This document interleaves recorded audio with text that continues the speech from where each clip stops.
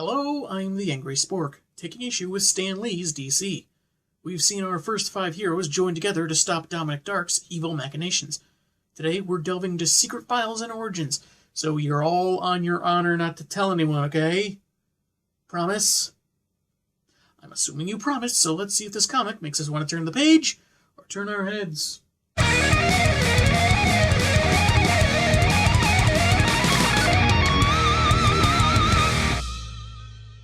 The cover is a painted homage to JLA number 21, where we see Stan's current team surrounding a crystal ball with a vision of forthcoming characters in the smoke above. Also, on top of some of the greatest artists in comics, we see from the credits page that the Just Imagine project was initiated by Michael Uslan, who helped with some of the scripting. So he certainly deserves some credit alongside Stan Lee. Now... Me, talk about me, talk about me. Hey, I think there's some of your bodily waste about 3 miles that way. Go, Yum, go, yum, go, yum, yum, go yum, get it, boy, yum, go. Why do I have a feeling this is going to get worse before it gets better? We begin with Maria Mendoza being called into her boss's office.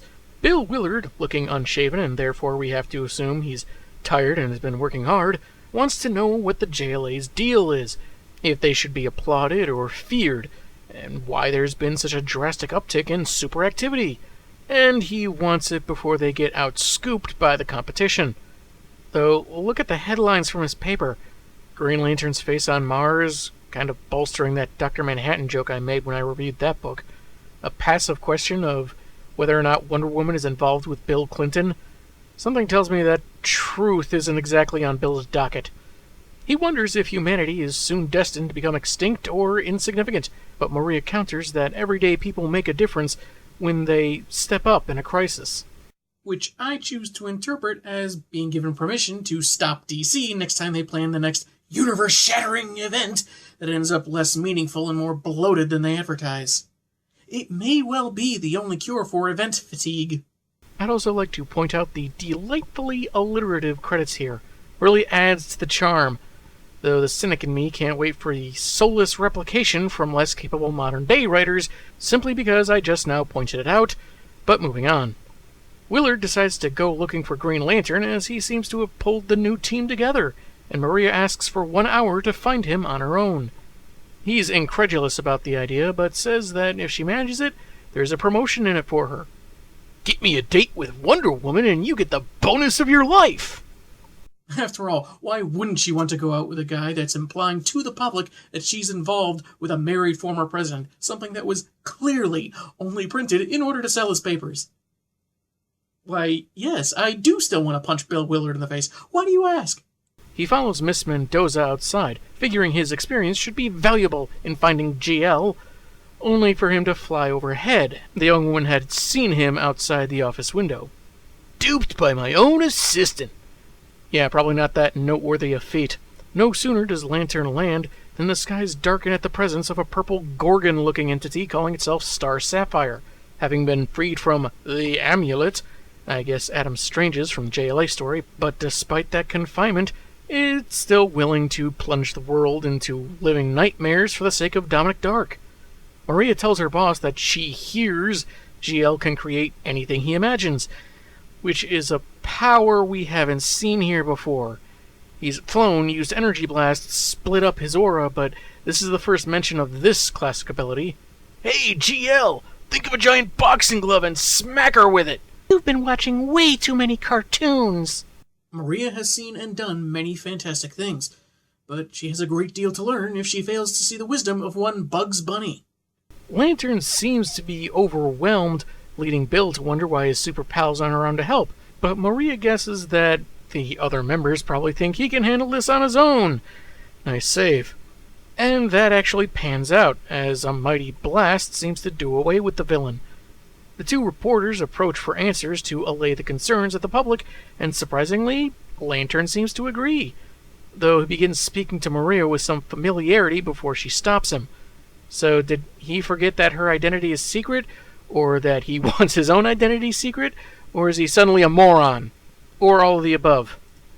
Anyway, he kicks things off with the Tree of Life, and how Earth got sick of being polluted and its resources plundered, so lashed back at mankind.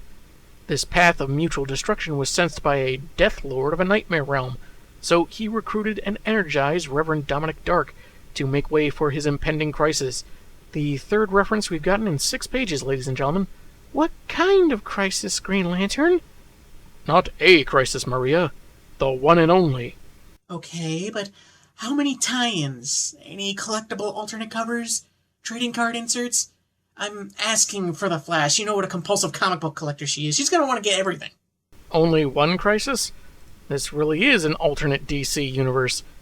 This sudden exposition stems from Yggdrasil sensing the purple energy of death channeled to Dark. Whereas Green Genes is a battery that fuses Earth and man as one, the reported green mists, or glows, are an extension of the planet to empower a chosen few to act as its warriors and defenders, some of whom are seen in a projection. First off, great job showing Mary Maxwell's face to the tabloid reporter, Professor. Second, this raises some questions about some of the other heroes, like Superman. Either that wasn't the green element leaking into the water and is really Mother Earth, or the green element was always part of the planet and somehow made it to Seldon's world. Either way, what about his spiel with the lower gravity being the source of his abilities? And then you have Wonder Woman, whose powers were derived from the Incan deities. There's nothing green about her golden staff, so how exactly does she work in the whole connection?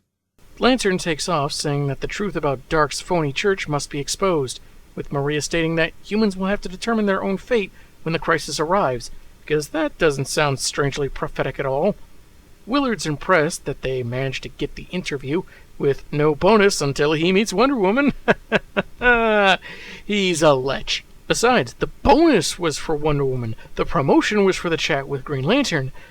But oral contracts aren't legally binding anyway. Next, because they want to get each JLA member's input, Bill seems surprised that Superman is so easy to get a hold of.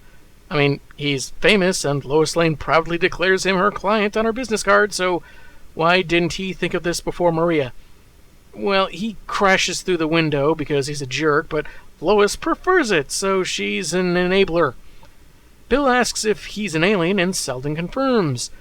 No explanation on how he got over his concerns about Earthlings responding badly to aliens. Pluto? No. What about Uranus? You know, I can throw you from here to Las Vegas if I want to. Psst! It's what we call one of the planets in our solar system. Oh, sorry, pal. I'm still learning your language.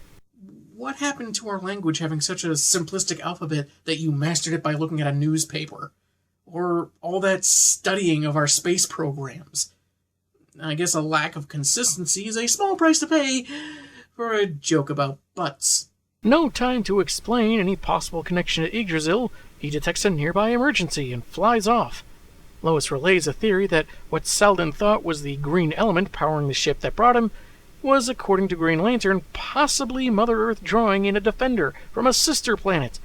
This narrated while two guys argue about whether or not he has super breath in another iconic homage, and Sal throws the inflamed car into orbit. He returns, flying through another window, and explains that while he initially tried to find a way back to his home planet, he amps up the classic Superman resemblance in stance and speech, saying that he's learned there are things worth fighting for, regardless of sacrifice. The Church of Eternal Empowerment are a real danger, but he tells Willard, while looking away from him for some reason, that mankind, united, have the real power, should they use it wisely. And oddly enough, the scar over his eye is colored in a way that makes it look like part of his hair. Man, Seldon's character sure has changed. He smiles more, he apologizes for misunderstandings, and doesn't seem to look down on others as much. It is definitely a positive change, but not one given much focus.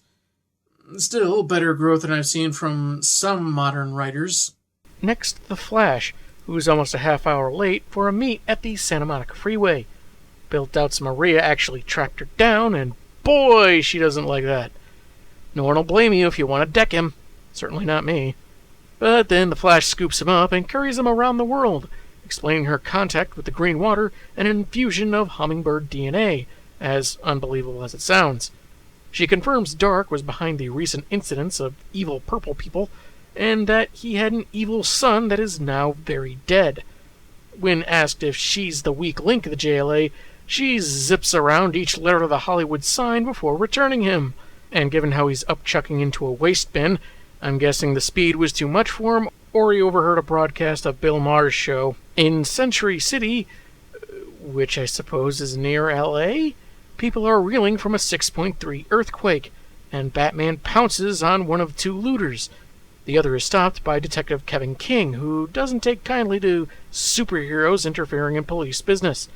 Bat says he should accept help where he can get it, and that he has no powers, and might even be more human than King. After all, he took a blast from Green Lantern while undercover. Who knows if you suddenly don't mutate into some Green Lantern, or Hornet, or Arrow, or Llama, or whatever. Oh, that Stan just couldn't resist slipping in a reference to one of the greatest crime fighters ever, the Green Llama. Sadly, he was often mistaken for a competitor's hero, the Teal Pekka. In any event, powers or not, they're on the same side, so he and the detective shake hands, because it's not like the law forbids vigilantism, or Batman killed a dude with impunity or anything. That's when Bill and Maria arrive, but for some reason the guy who's been on talk shows doesn't feel like an interview. Then Billy Boy asks where he got his powers from, a mist or a mythic tree, and that seems to set off a switch. Annoyed that he's going through this again, he gets in Willard's face that he's just human and takes off, with King noting how human qualities can sometimes be better than superpowers. I never expected Batman to be human. What a scoop! Why? He was a popular enough wrestler that he amassed his own fortune without ever having to take off his mask. He'd been on TV and he endorsed foodstuffs. Well, now that I think about it, between the other members of the JLA being humans who got superpowers and Salden, who tried to pass himself off as human with a fancy suit and later admitted to being an alien at some point, I guess it shouldn't be too shocking that this comes as a shock. Last but not least is Wonder Woman, who meets with Bill an hour later at the National Exposer, set up by Maria. She says she gained her powers from the Incan sun god, within a swirl of green mist, and says Yggdrasil enlisted her for her love of the planet, and works to see that man and nature work as one for the crisis to come. Let me check. Okay, there's no green anything when she takes the staff, but there is a green cloud as she's escaping the excavation site, so a little shaky, but I guess not too inaccurate to be unworkable. She goes on that Dark is manipulating his church recruits for an invasion, and Bill is skeptical only 5 heroes can handle all that, and wonders if there are more supers on the horizon. Wendy can't see the future, but she can make wishes come true? Or as she puts it, fulfill her thoughts. I don't remember that ever being brought up before. Her light was shown to have some special properties, healing people or calming others' baser instincts, but this is nothing like those other abilities, so where'd this come from? Willard suggests that she wished to see any future leaders, but to do that she'd need her teams to complete the connection through the Tree of Life. Her staff morphs into a crystal ball, again, that's new, and her allies appear, holding hands. Bill seems to just disappear, but I'm not really complaining. She asks to see if there are any new allies that will join them, but all they see are shadowed images. But good old Stan, he's giving the readers a clearer look, as the JLA are suddenly at a table and we get better glimpses of the heroes yet to be found. Man, Phase 2 of the DC Extended Universe is looking really weird. Then we get the bio pages by Michael Uslan, the first 5 members of the League, in the order their books came out, though the one for Batman claims that Hans Horgum died accidentally. Accidentally my spork-engraved headband? You kicked him over the balcony of his own penthouse! Wonder Woman's is more or less consistent. Salden's has an image that sees what could have been the birth of his S-Scar, though there's the minor nitpick that he was called Superman in the circus, and that his powers came through swimming through green water. That does contradict the falling watch experiment, after all. Green Lantern's kinda repeats itself. Always in search of new adventure, archaeology professor Len Lewis was always in search of new adventures.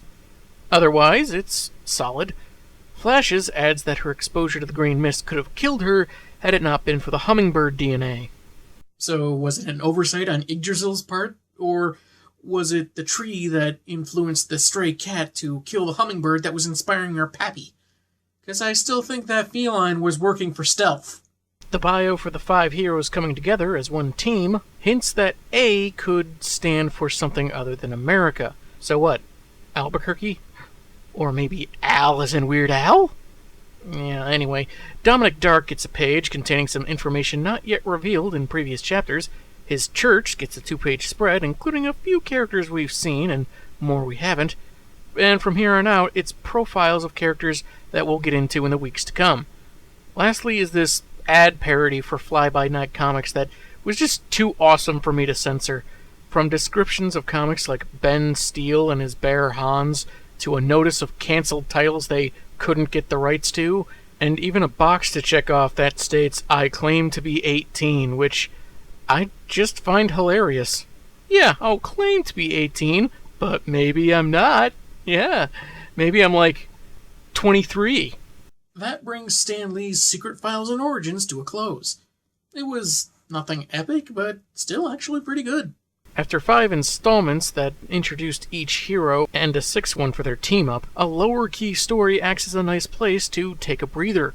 Some new information is delivered that on one hand feels very convenient, without much build-up at all, but on the other seems like it still mostly works. Though I do think editors could have caught it. While details about the green power of Mother Earth could have used more work, they make it clear there's still more story to tell. Though one big inconsistency is that most of the League decided they couldn't trust their secrets to anyone, and they basically spill everything with little to no explanation as to why they changed their minds. Next week we begin what is essentially the second phase of Stan Lee's creative experiment as we look at what he'd do with comics' first ever crime-fighting sidekick. I didn't mean to call back to that earlier second phase joke, it just happened that way. I'm the Angry Spork, and man have I got issues.